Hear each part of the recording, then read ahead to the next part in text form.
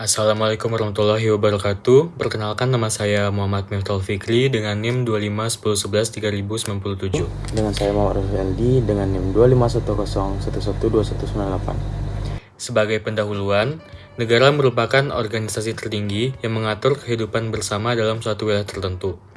Negara memiliki peran penting dalam menciptakan ketertiban, keamanan, dan kesejahteraan bagi masyarakatnya. Oleh karena itu, pembahasan tentang bagaimana sebuah negara bisa terbentuk menjadi salah satu topik yang penting dalam kajian ilmu negara. Teori Monaco-Maken berpandangan bahwa negara terbentuk bukan karena adanya kesepakatan bersama rakyat, tetapi semata-mata karena kehendak dan kekuasaan seorang penguasa tunggal, misalnya seperti seorang raja. Teori ini berkembang pada masa ketika sistem monarki absolut masih sangat kuat, terutama di Eropa pada abad pertengahan. Dalam pandangan ini, negara dianggap lahir karena kemampuan seorang individu yang memiliki kekuasaan besar untuk menundukkan masyarakat dan membentuk suatu sistem pemerintahan. Yang pertama, pengertian dan pokok pikiran teori Monaco-Maken.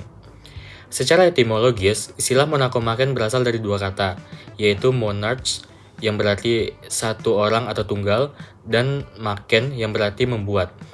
Jadi, secara sederhana, teori ini menjelaskan bahwa negara dibuat oleh satu orang, yaitu penguasa tunggal.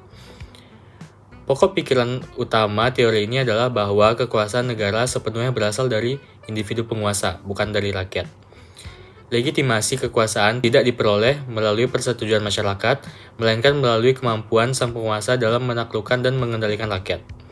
Rakyat hanya dipandang sebagai pihak yang harus tunduk dan patuh terhadap penguasa, tanpa memiliki hak untuk menentukan arah negara. Pandangan ini sangat berbeda dengan teori perjanjian masyarakat yang menempatkan rakyat sebagai pemegang kedaulatan tertinggi.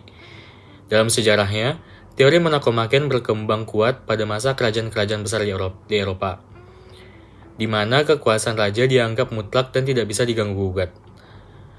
Ungkapan terkenal dari Raja Louis XIV dari Perancis yang berbunyi, "Le État qu'est moi," atau negara adalah saya, merupakan cerminan nyata dari pandangan teori Monaco-Maken ini. Dalam sistem seperti itu, penguasa dianggap sebagai sumber dari segala hukum dan kebijakan, sehingga negara identik dengan pribadi penguasanya. Kehidupan bernegara pun sepenuhnya ditentukan oleh kehendak individu yang berkuasa. 98. Yang kedua, pandangan kaum Monaco-Maken tentang terbentuknya negara.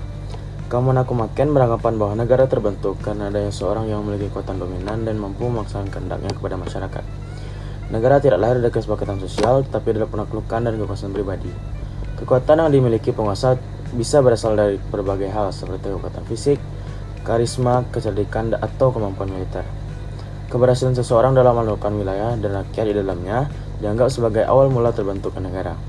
Dalam pandangan Monaco-Maken, negara akan tetap ada selama penguasa masih mampu meletakkan kekuasaannya. Sebaliknya, jika penguasa kehilangan kekuasaan, maka negara dianggap runtuh. Artinya, keberlangsungan negara tidak bergantung pada sistem atau institusi, melainkan pada kemampuan individu penguasa itu sendiri.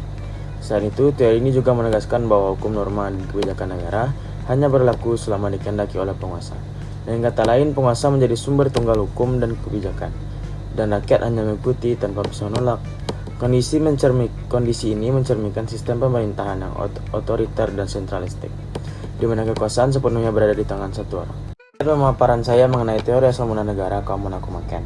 Terima kasih atas perhatian teman-teman semua. Semoga penjelasan ini bermanfaat dan dapat menambah wawasan kita mengenai perkembangan konsep negara dalam ilmu kenegaraan.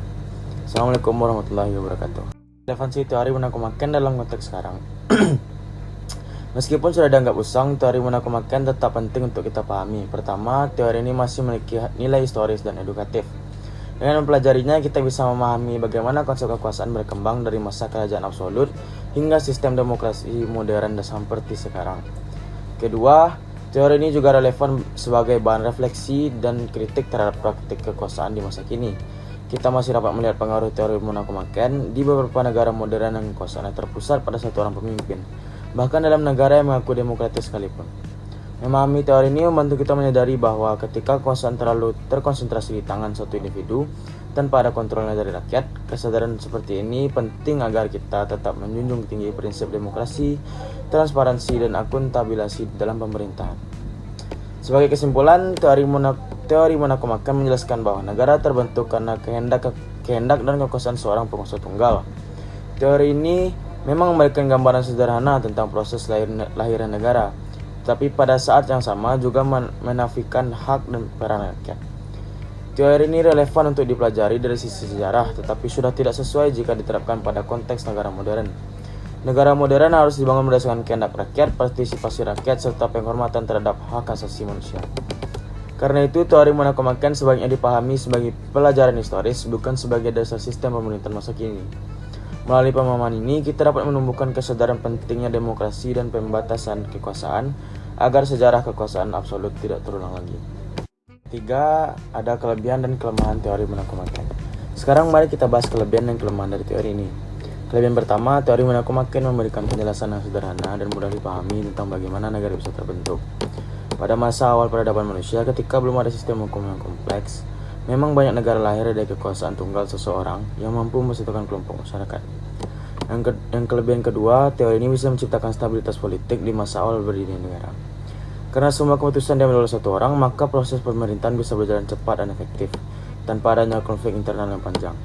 Kelebihan ketiga, teori ini dapat memperkuat legitimasi penguasa pada masa ketika lembaga-lembaga negara masih lemah.